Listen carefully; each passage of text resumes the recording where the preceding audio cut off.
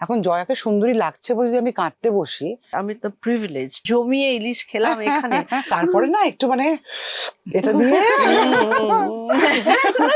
লিখেছি না। Yes! 3 বছর পর পর বিয়ের কন্ট্রাক্ট রিনিউ করা উচিত। আমার নিজের একটা ফোবিয়া আছে। বিবাহ বন্ধনটা টেকসই এমনিও হওয়ার হলে হবে, নইলে হবে না। হবে না। আমার সঙ্গে দুজন খুব শক্তিশালী নারী আছেন। আগে খুব বেশি শুনতাম যে দুজন নারী একরকম কাজ করলে তাতে সম্পর্ক ঠিক থাকে না, বিশেষ করে নায়িকাদের ক্ষেত্রে তো খুবই বলা হতো। এরকম হয় সত্যি সত্যি? আমাদের তো বেশি। বন্ধুত্ব বেশি হতে থেকেছে আসলে। আমি আরো বলো তুমি। এম্পাওয়ার্ড ফিল করেছি হ্যাঁ। আমি যে দুটো কাজ করেছি চুন্নিদের সঙ্গে। আর ওগুলো আসলে মিথ, ওগুলো বোধহয় আমাদের বাইরেও এখন আর এগুলো হয় না।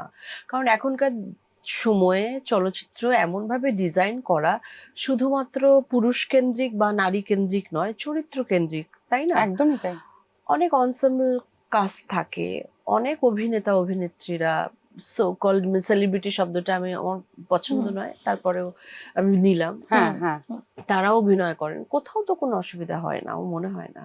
একই কাজে দুই নারী, তাদের মধ্যে রেষারেষি বেশি বলে আর কি। মানে ধরো হ্যাঁ, হ্যাঁ, মানে ধরুন স্ক্রিন আপনাদের টাইম দুজনের, নিয়ে, হ্যাঁ, হ্যাঁ, অথবা হ্যাঁ। তোমাকে দেখতে বেশিক্ষণ তুমি মেকআপে তোমাকে বেশি ভালো লাগছে, মানে এসব ইনসিকিউরিটি থাকে না। হ্যাঁ, ওটাই ও যেটা বললো অ্যাকচুয়ালি সেই শব্দটা খুব দরকারি আবার রিপিট করা, সেটা হচ্ছে চরিত্র কেন্দ্রিক। হ্যাঁ। মানে সেই চরিত্রে যেটা লাগবে সেটা আমার কো অ্যাক্টরকে করতেই হবে, তাই না? এবং সেটা সে যদি না করে তাহলে কিন্তু আমার নিজের কাজটাই খারাপ হবে, কারণ ছবিটাই তো দাঁড়াবে না তাহলে।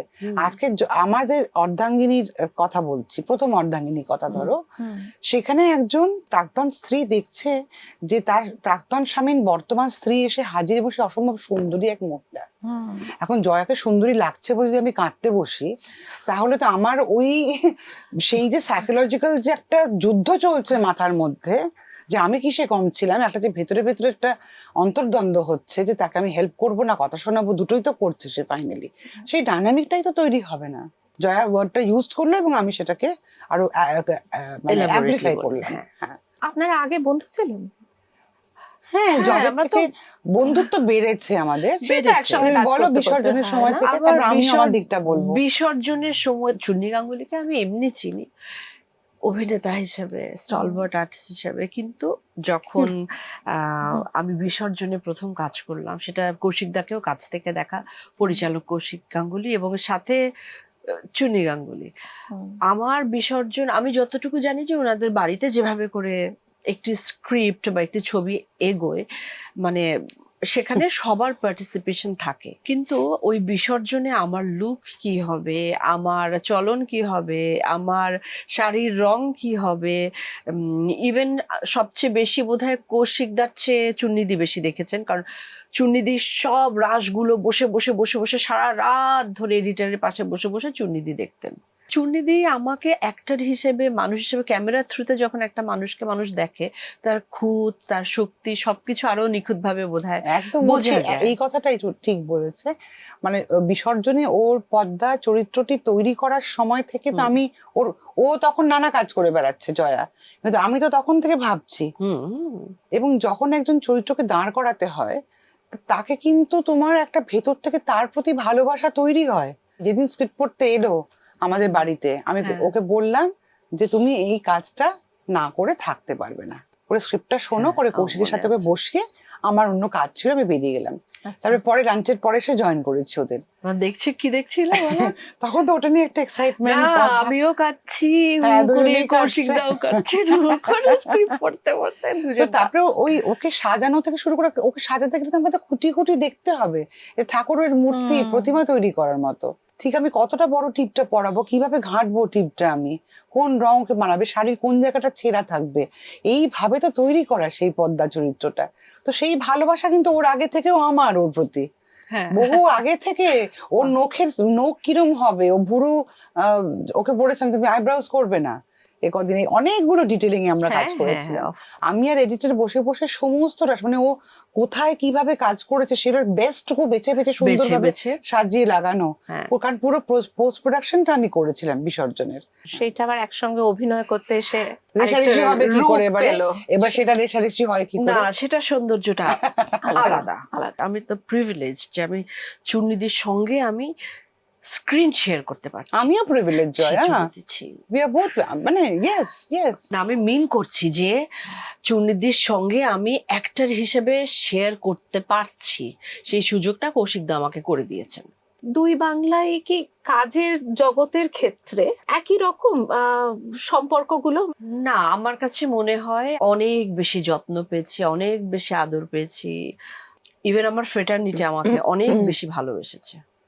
আমি অনেক ভালো ভালো কাজ এখানে করবার সুযোগ পেয়েছি।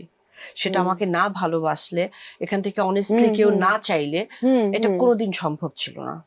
জয়ান মানুষ নিজে খুব আন্তরিক, কিন্তু আমি ওই দেশের দুজন মানুষকে খুব ভালো করে আমার চেনা মানুষ দুজন, একটা তো হচ্ছে জয়া আর একটা তাসরিমা দিদি। দুজনেই যে কি আন্তরিক, এবং তোমার মনে হবে যে যেই ভালোবাসাটা উপচে পড়ছে তুমি সেটা কোনোভাবে তুমি রিটার্ন দিতে পারবে না, এরকম একটা ফিলিং হয়। আর আমি মনে করি না যে সবকিছুর একটা রিটার্ন ট্রানজাকশনাল তো সবকিছু হয় না, কিন্তু সেটা ধরনটা হয়তো একটু অন্যরকম, ভীষণই আন্তরিকতা থেকেই হয়। এটা কেমন আলাদা? এই যে আমার একটু ঠান্ডা লেগেছে, শুধু চূর্ণীদি সারাক্ষণ সকালবেলা উঠে আগে চূর্ণীদির টেক্সট মেসেজ পাই আমি, আজকে শরীরটা কেমন, জল খাও বেশি করে, ওরে বাবা এতগুলো। এবং ডক্টর পাঠাতে হলে কখন কিভাবে, এটা শুধুমাত্র আমি এখন কাজ করছি বলে নয়, এবং এর বাইরে আমার বন্ধু বান্ধব যারা আছেন তারাও 101 জন, মানে সবাই রেডি হয়ে আছেন যে কিভাবে কখন কিভাবে আমাকে। কদিন আগে ইলিশ জমিয়ে খেলাম, ইলিশ তো আমার দেশেও ভালো পাওয়া যায়, কিন্তু আমি এত জমিয়ে ইলিশ খেলাম এখানে, মানে আমি এলে একটু এক্সট্রা ভাবে রান্না বান্না সমস্ত কিছুতে আমি আদর যত্ন একটু বেশি পাই। কোন খাবার কিভাবে বানানো হয় সেটা ওর কাছে খুব পরিষ্কার, সেটা খুব রসি রসি বলতে পারে, তোমার এমন ভাবে বলবে তোমার জিভে জল, ওরও আসে জিভে জল, আমারও আসে শুনে। হ্যাঁ, তারপরে না একটু মানে এটা দিয়ে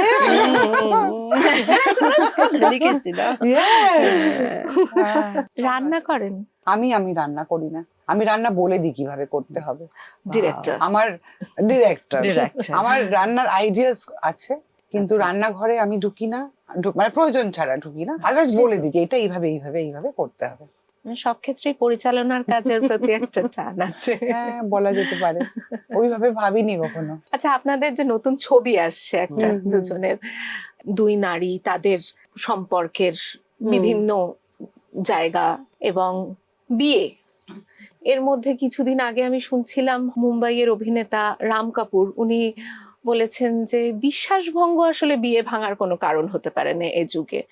বিয়ে ইনস্টিটিউশন হিসেবে সত্যি কি অনেকটা বদলে গিয়েছে? প্রথম কথা, আমার মত হচ্ছে যে বিয়ে কোনো নারী বা পুরুষ যদি বিয়ে না করে সেটা তার কোনো মানে অপূর্ণতা তার জীবনে আছে তার কোনো মানে নেই, কিন্তু সেটা সম্পূর্ণ মানুষ হতে পারে বিয়ে না করে।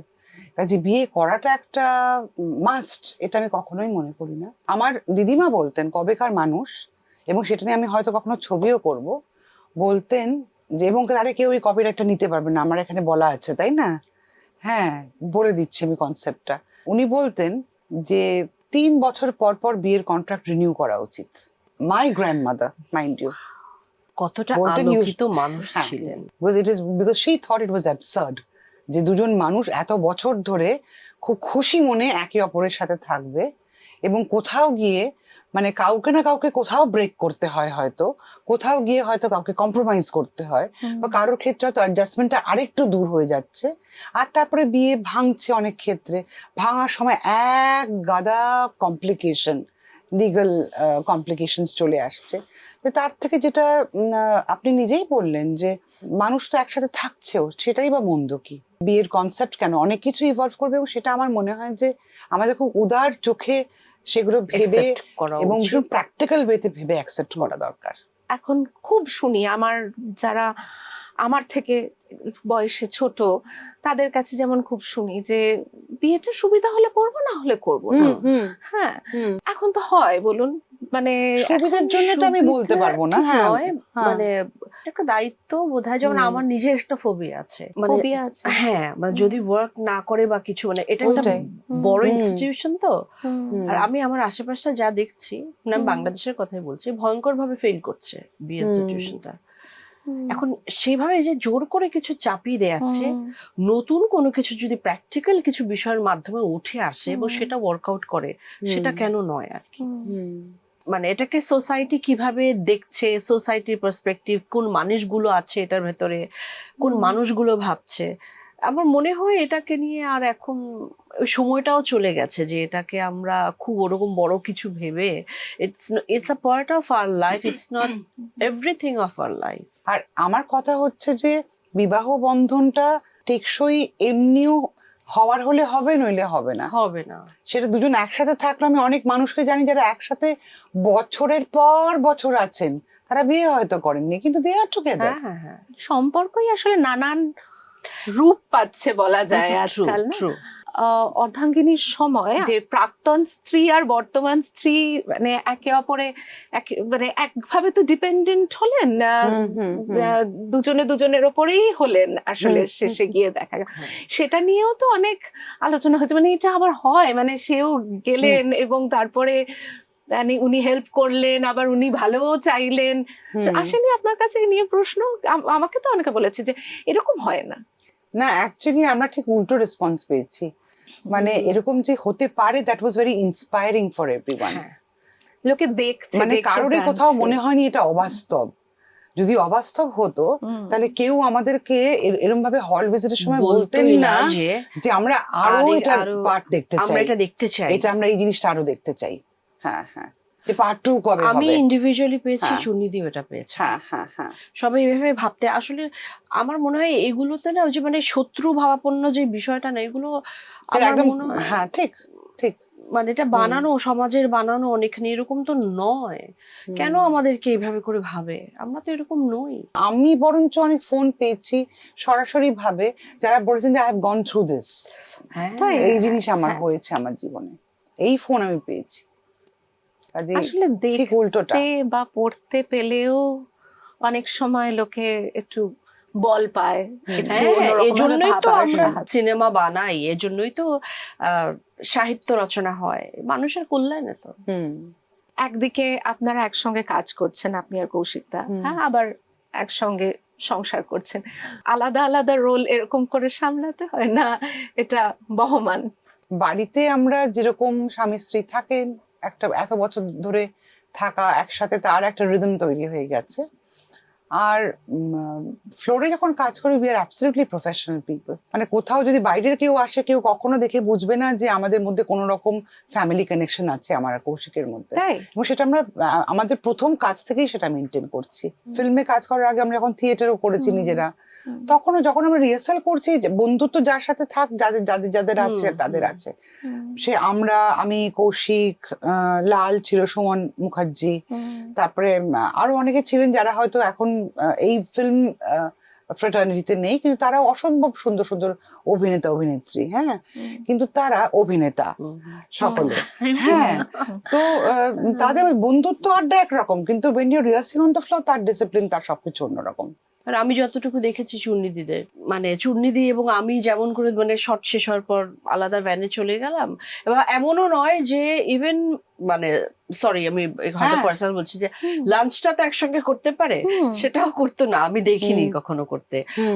চুন্নিদির মতো আমাদের একটা ভ্যান ছিল, চুন্নিদি এক পাশে করতো, এক পাশে আমি করতাম, আর কৌশিকদার মতো করে টিমের সঙ্গে করে নিয়েছেন। চুন্নিদি আগে খেয়ে নিয়েছেন, হয়তো আমি একটু দরজা খুলে কি খাচ্ছ এই আর কি, একটু কিছু হতো আমাদের। এই সংসারটা আবার বাড়ি গিয়ে আর কি, কি সুন্দর না? মানে এটা সংসারটাও যে বাড়িতে পুরোটা হয় যায় না। সিনেমার কথা এত উপচে পড়ে বাড়িতে ফেরার পর, সংসারের টুকটাক কথা মানে বলে ওঠাটাই একটা ডিফিকাল্ট ব্যাপার হয়ে যায়। সেটাই, সারাদিন সিনেমা নিয়ে কথা হচ্ছে, কাজ নিয়ে কথা হচ্ছে।